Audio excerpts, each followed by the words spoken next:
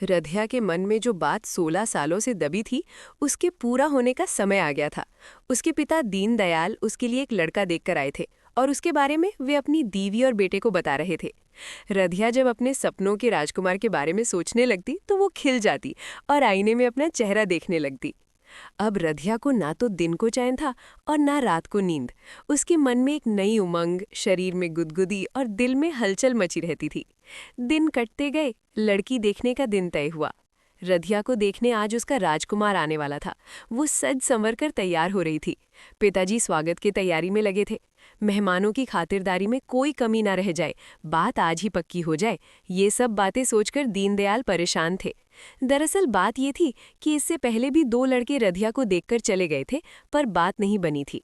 रधिया को देखने शाम को तकरीबन 5 बजे सभी मेहमान आ गए थे और रधिया के परिवार वाले उनके स्वागत में जुट गए थे। रधिया की मां मन ही मन बेटी की मंगनी खुशी खुशी होने के लिए दुआ मांग रही थी। रधिया मेहमानों के पास चाय लेकर पहुंची। एक ही नज़र में रधिया को लड़का पसंद आ गया। जैसा वो सोचती थी वैसा ही था उसके सपनों का राजकुमार।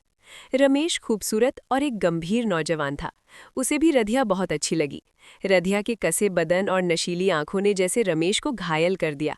अब क्या था, बात बन गई, सब कुछ तय हो गया। शादी का मुहूर्त निकाला गया। शादी 10 दिन बाद थी।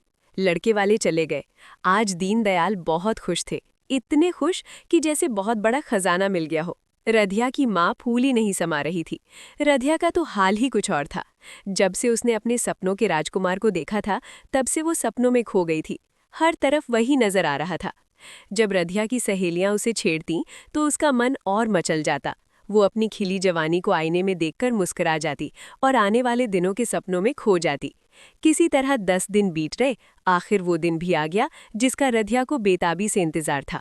सुबह के 8 बजे थे कि माँ ने आवाज लगाई, बेटी, मेहंदी लगाने के लिए तुम्हारी सहेली शबनम आई है, जा मेहंदी लगवा ले, या यूं ही खोई खोई रहेगी।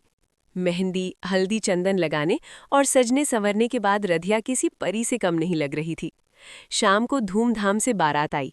शादी की सारी रस्में पूरी हुईं। विदाई का समय आया, चारों तरफ उदासी का माहौल छा गया। दीनदयाल बेटी की विदाई पर फपक पड़े।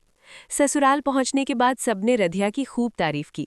रमेश की मां ने बहू को रूप और गुण दोनों से भरा पाया और वे उसे बहू की जगह लक्ष्मी कहकर पुकारने लगी। रमेश तो रधिया को रानी कहकर पुकारता था। रधिया के आने से चारों तरफ खुशियां छा गईं। 5 साल बीत गए। रमेश और रधिया का प्यार वैसा ही बना रहा जैसा कि शादी की शुरुआती दिनों में था। मगर सास की नज़र में रधिया खटकने लगी थी, क्योंकि वे अब एक पोता चाहती थी। इसी तरह 2 साल और गुजर गए। औलाद ना होने की वजह से रमेश की मां परेशान होकर रमेश से बोली, क्यों बेटा, हमें तुम पोता नहीं दोगे? तुम्हारे बाबूजी बोल रहे थे कि शादी को 7 साल हो गए, मगर बहू के पैर भारी नहीं हुए, क्या बात है? रमेश ने कहा, माँ, तुम क्यों घबराती हो? अगर ऐसी बात है तो मैं डॉक्टर से सलाह लूंगा और इलाज कर